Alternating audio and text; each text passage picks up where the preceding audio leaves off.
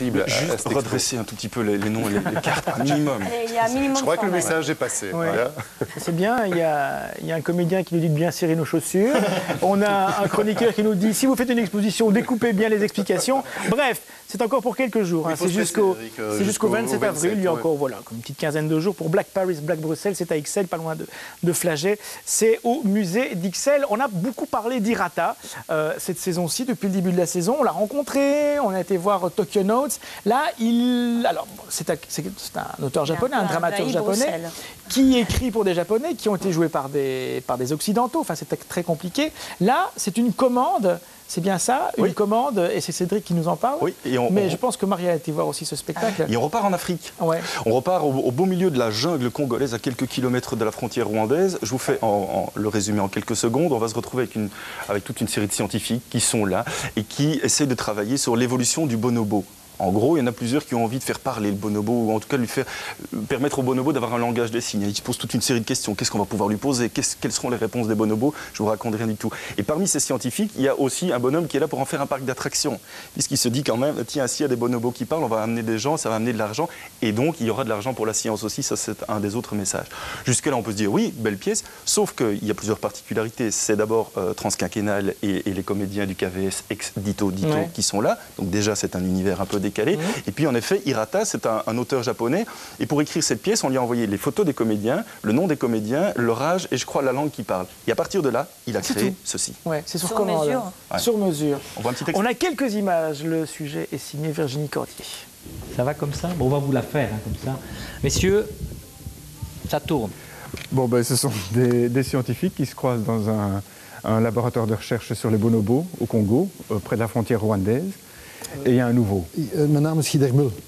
Ik ben hier op aanbeveling van professor Takamura van de Universiteit van Kyoto. Pendant un an, je suis venu en Belgique. Plus je parlais avec les comédiens, et moins je comprenais la situation de votre pays.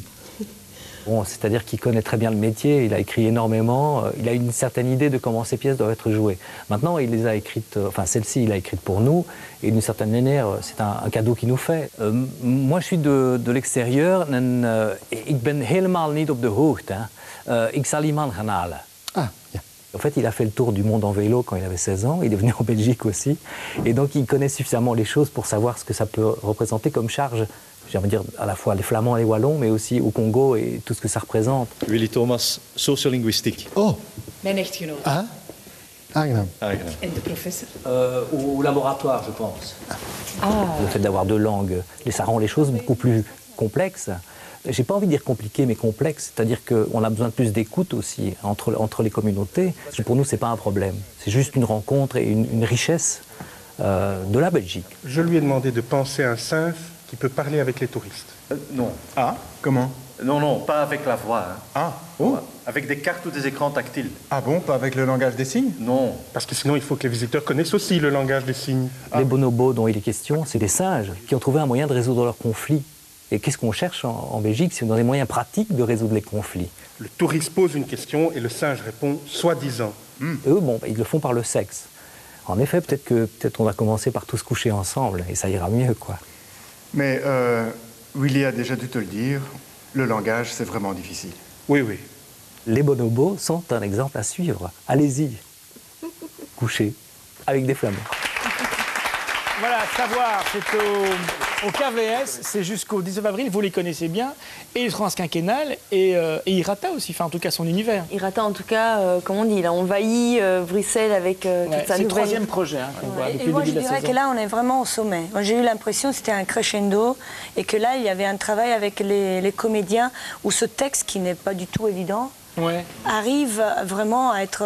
Mais ce que disait Sophie est intéressant. Il y a non seulement le texte, mais les silences. Il travaille justement avec le quotidien, d'après ce qu'il disait aussi, les silences, le quotidien, sa langue très contemporaine, et puis son regard peut-être plus imagé d'Asie, et donc qu'on connaît moins, et qui, en tout cas en tant qu'artiste belge, nous fait fantasmer. Mais il met ça dans le quotidien, dans des lieux publics. Beaucoup de ses pièces, comme celle que Xavier Likomski a montée.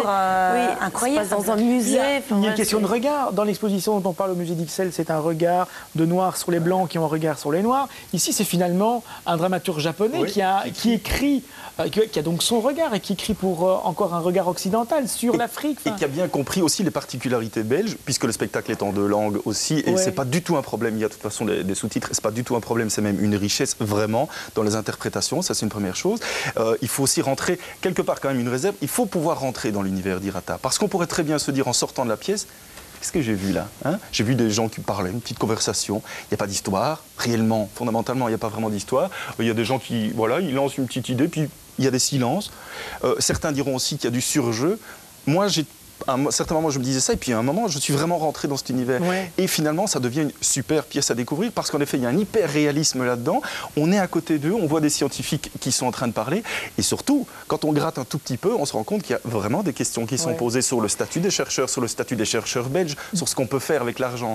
J'ai pas vu le spectacle ici, mais Transquinquennal, il y a quelque chose qui me bouleverse à chaque fois, c'est l'impression qu'on me parle vraiment à moi. Il n'y a pas cette espèce de distance théâtrale qui, moi, m'emmerde assez souvent quand il y a une sorte de caricature.